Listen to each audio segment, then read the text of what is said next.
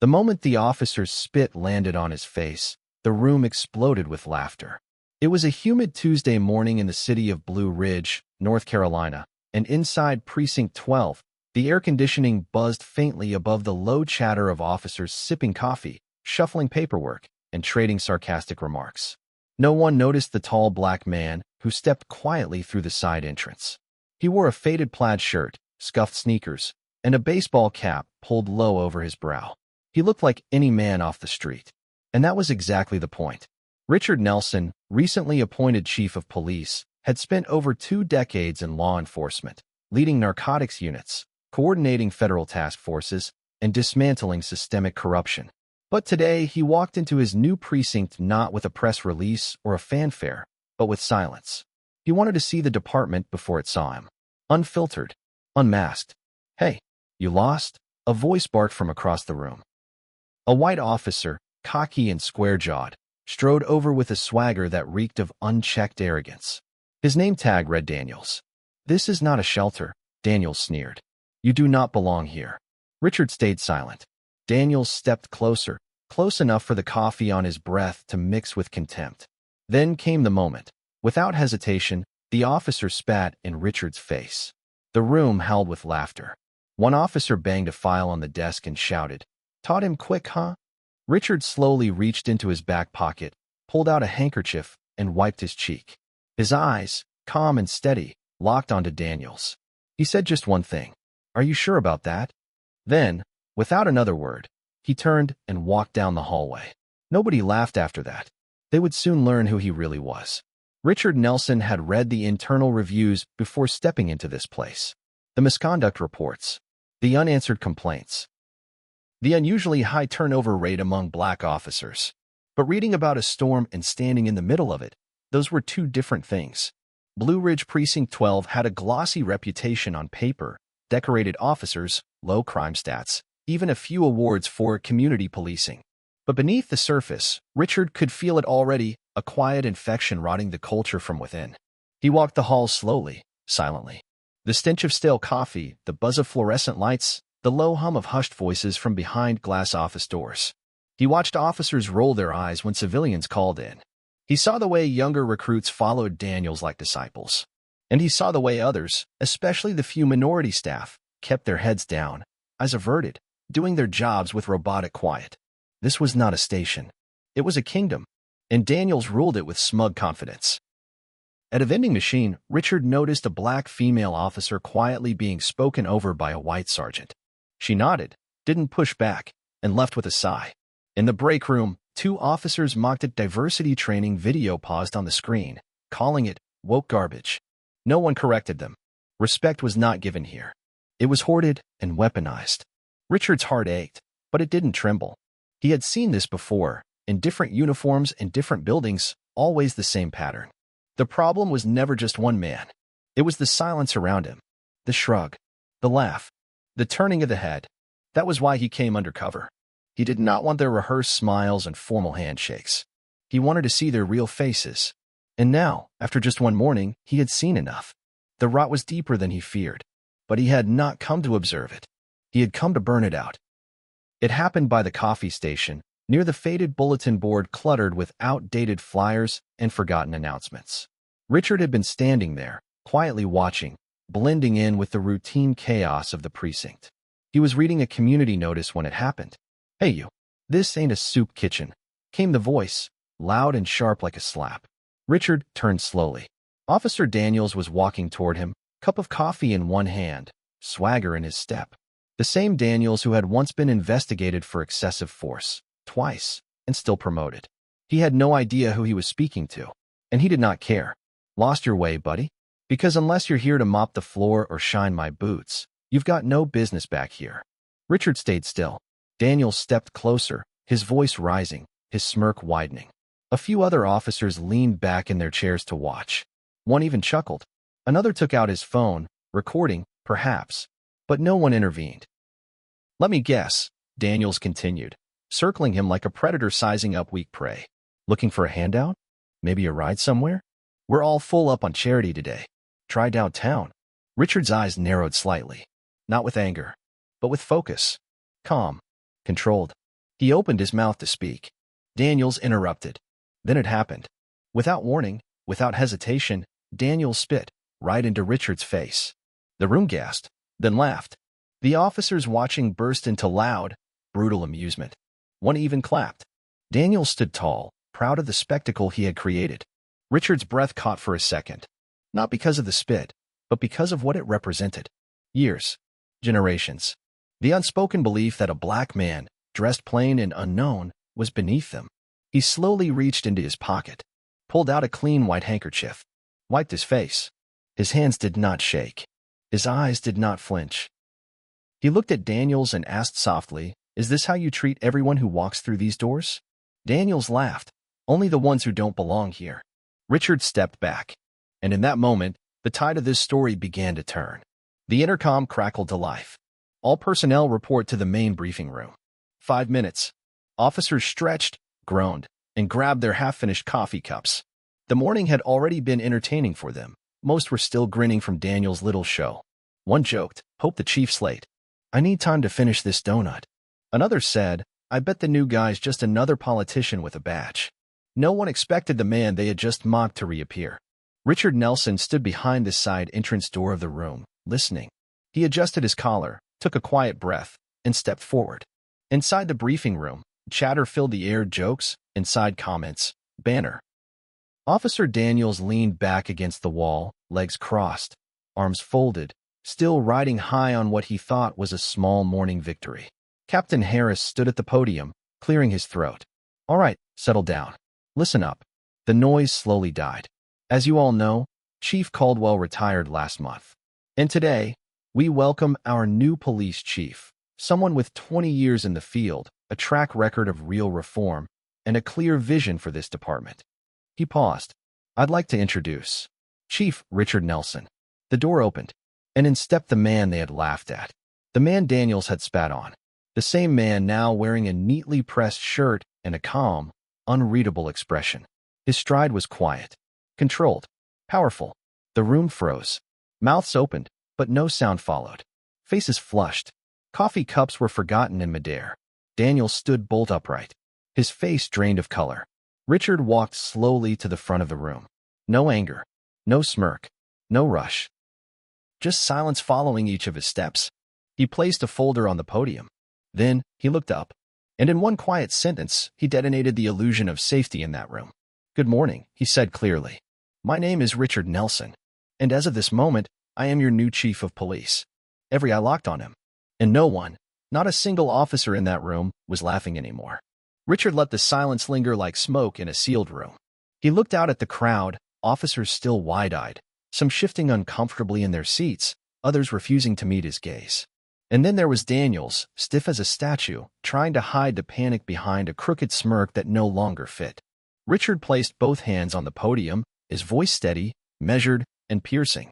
"When I walked through this precinct earlier this morning, I came dressed in a simple shirt and jeans. I did that for one reason. I wanted to see the real version of this department. Not the version you present when you think leadership is watching." A murmur started, but it died just as quickly when he raised a finger for silence.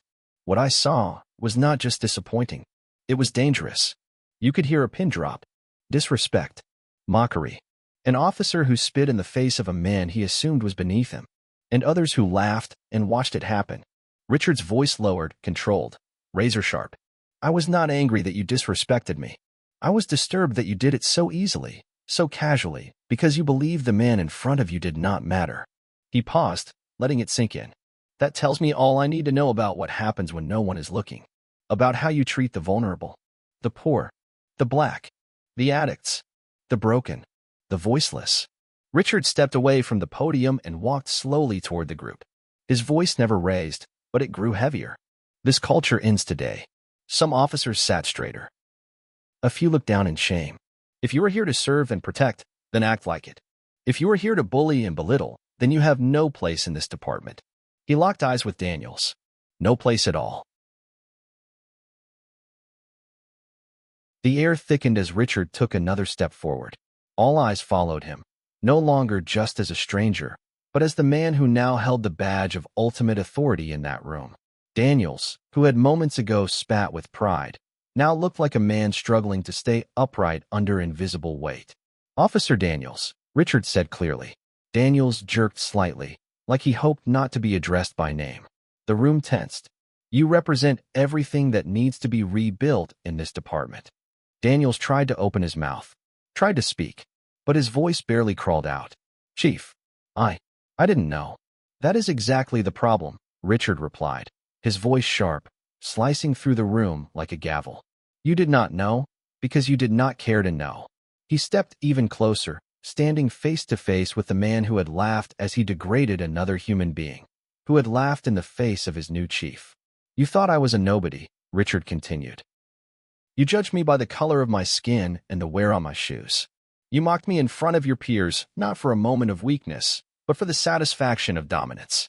The silence was suffocating.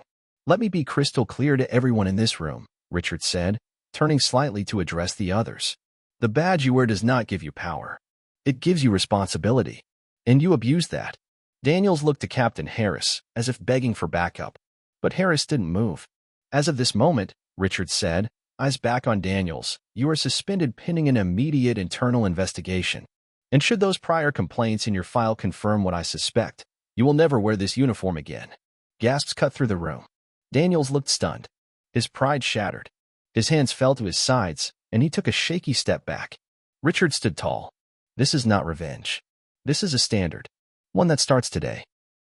And with that, the new chief turned back toward the podium, leaving the man who spat on him standing alone, stripped of his arrogance, facing justice under the very roof he once ruled.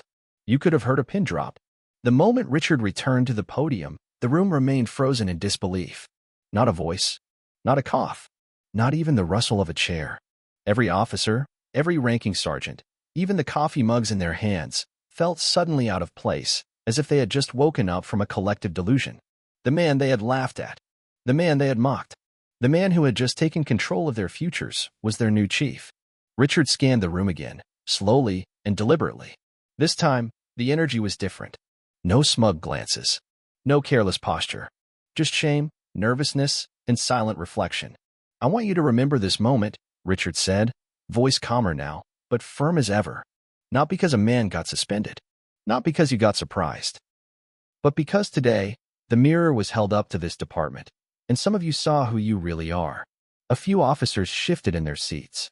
One young recruit, barely out of the academy, lowered his head. Another rubbed her hands nervously, visibly embarrassed by the earlier laughter she had joined. Captain Harris stood against the back wall, arms crossed, nodding subtly, not in defiance, but in reluctant agreement. Even he had underestimated Richard's presence, and now, like everyone else, he had to reckon with it. "Let me say this clearly," Richard continued.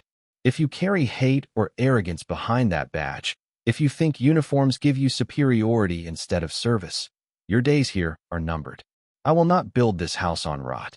Silence again. Then, a soft shuffle. One officer quietly stepped forward. Officer Reyes. Young, Latina, nervous, but brave. "Chief Nelson," she said quietly, I want to do better." A single voice in a room full of stunned silence. Richard nodded. "Then start today." And in that moment, a shift began. Not a full transformation. Not yet. But the first crack in a toxic foundation had been made, and everyone could feel it. After the meeting, the briefing room emptied like a balloon losing air, silent, slow, and awkward. Some officers avoided eye contact entirely. Others offered stiff nods, unsure whether to apologize or just stay out of sight. But one thing was clear, the easy arrogance that had once floated freely through those halls had vanished, replaced by something new. Unease. And reflection. Back in his office, Richard stood by the window overlooking the precinct parking lot. His expression was unreadable, but the thoughts behind it were clear. This is where the real work begins. He picked up the folder Captain Harris had given him earlier. Internal affairs records, misconduct reports, ignored complaints. He knew what he would find. Patterns. Cover-ups. Quiet removals. Maybe even criminal negligence that had been dismissed with nothing more than a sideways glance. He opened the folder. The first report was dated 2 years ago. Officer Daniels, verbal abuse toward civilian, dismissed without investigation. Richard exhaled slowly. The next one, excessive force complaint, flagged by an anonymous officer. No follow-up. He turned the page, then another, and another, until the pile in front of him was too thick to deny. This isn't a few bad apples, he muttered under his breath. This is a system that lets rot fester. A knock at the door. It was Captain Harris. Chief, he said, stepping in cautiously. Wanted to let you know. Officer Daniels just cleaned out his locker. No words. Just left. Richard nodded. He'll have his chance to speak, under oath. But I'm not here to make examples. I'm here to make change. Harris hesitated. Some of them, they're shaken. They didn't expect this. They were never supposed to expect this, Richard replied. But they will. He walked over to the precinct wall where a framed photo of the former chief hung. He studied it for a moment, then quietly took it down. We're setting a new standard, one badge at a time. And as the sunlight pierced through the blinds, illuminating the rows of empty desks beyond his window, Richard knew one thing for sure.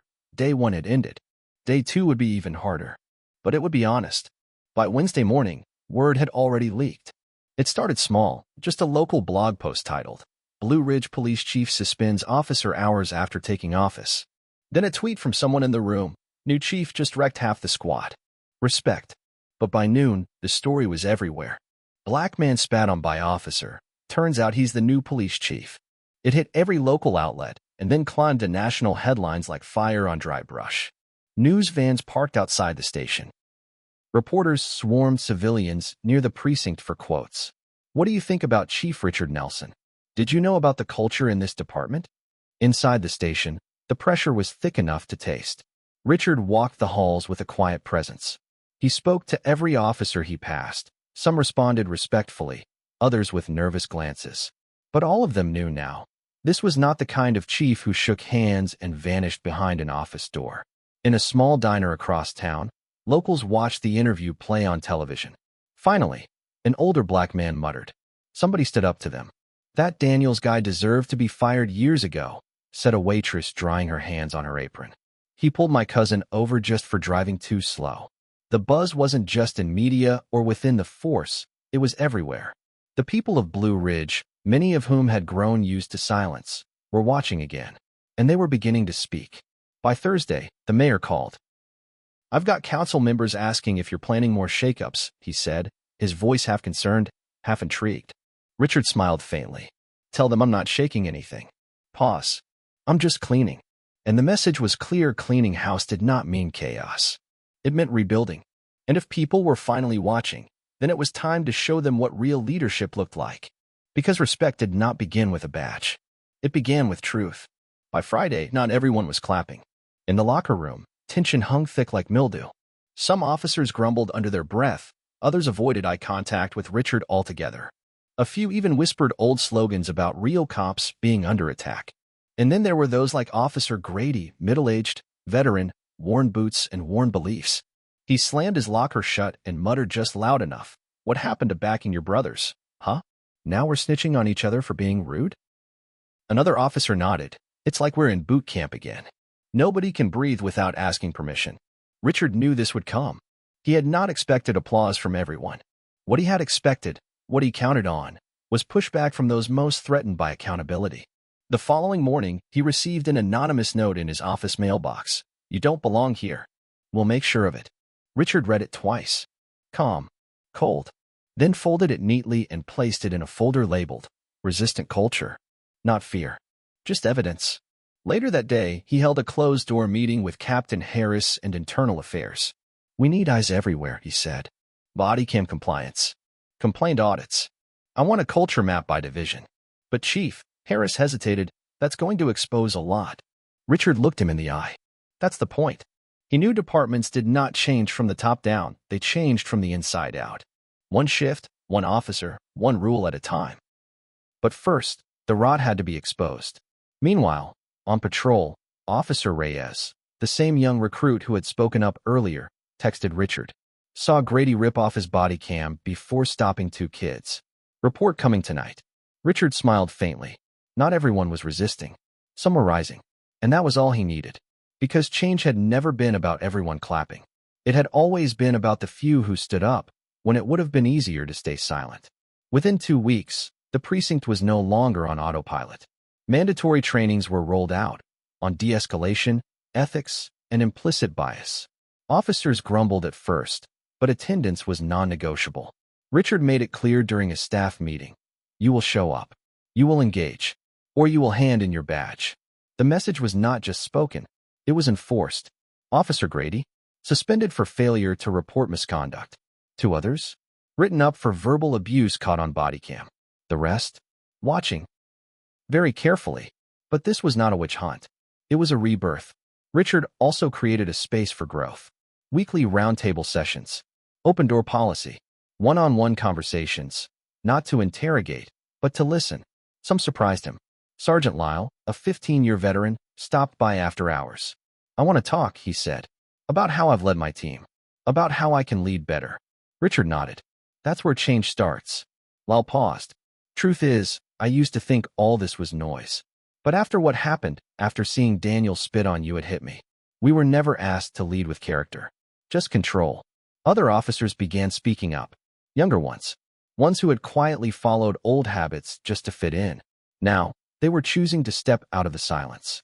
One officer anonymously submitted 3 reports detailing harassment she had endured for months. Richard brought her in, thanked her, and promised it would be handled with care. This is your department too, he said. Bit by bit, the culture shifted. Those who resisted began to isolate themselves. And those willing to evolve started rising, not because they were perfect, but because they were ready to be better. Richard posted a message on the precinct bulletin board. Character is what you choose when no one is watching. Starting today, someone always is. And just like that, the line had been drawn. You either stepped up, or you stepped aside. A month later, something remarkable happened. At the annual Blue Ridge Community Barbecue, an event once filled with tension and forced smiles, things were different. There was laughter. Real laughter. Families showed up in larger numbers. Black, white, Latino. Children ran between tables. Music played without political undertones. Officers were not just standing guard. They were serving food, playing ball with kids, shaking hands. And in the middle of it all stood Chief Richard Nelson. No longer undercover. No longer a mystery.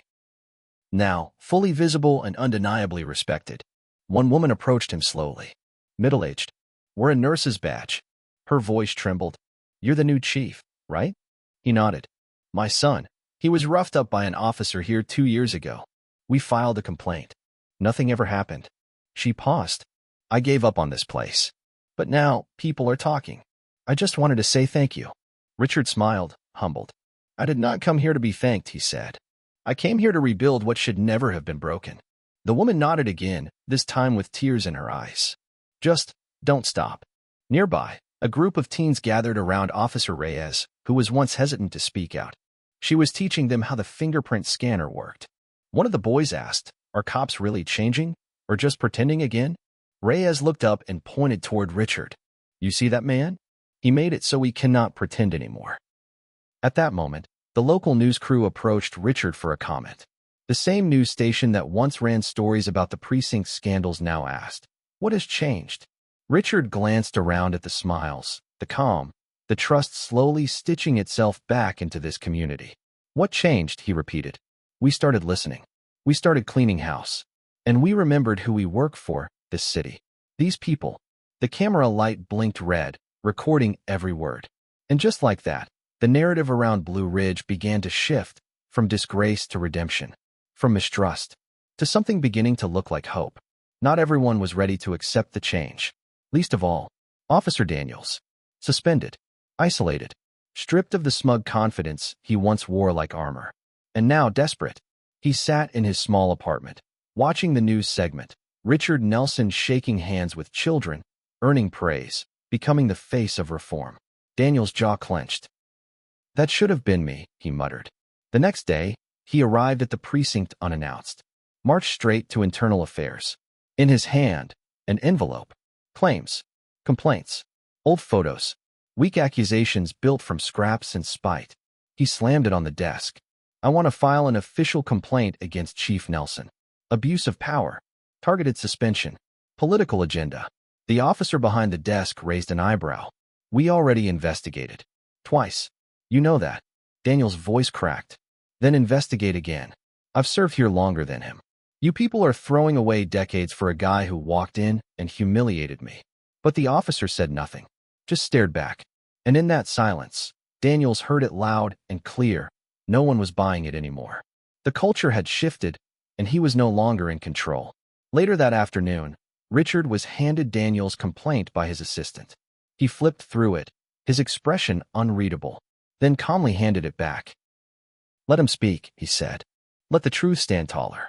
Daniels' accusations were reviewed again, and once more, they fell apart under scrutiny. Fabrications, omissions, bitterness failed as evidence. This time, the department took a final step. Daniels was dismissed, not suspended, not reassigned, terminated. A single letter, quietly slipped into his mailbox, read, "Your service with the Blue Ridge Police Department is concluded." Effective immediately. No ceremony. No press release. Just an ending. The very thing Daniels feared most, irrelevance, had arrived. And this time, no one stood to laugh with him. Only silence. The precinct no longer echoed with arrogance. Gone were the sidelong smirks, the snide remarks, the unspoken rule that silence meant survival. Instead, a quiet transformation. Coffee shared between rookies and veterans, real conversations, not gossip. An officer who once turned his back during community patrols now knelt to help a child fix their broken bike chain.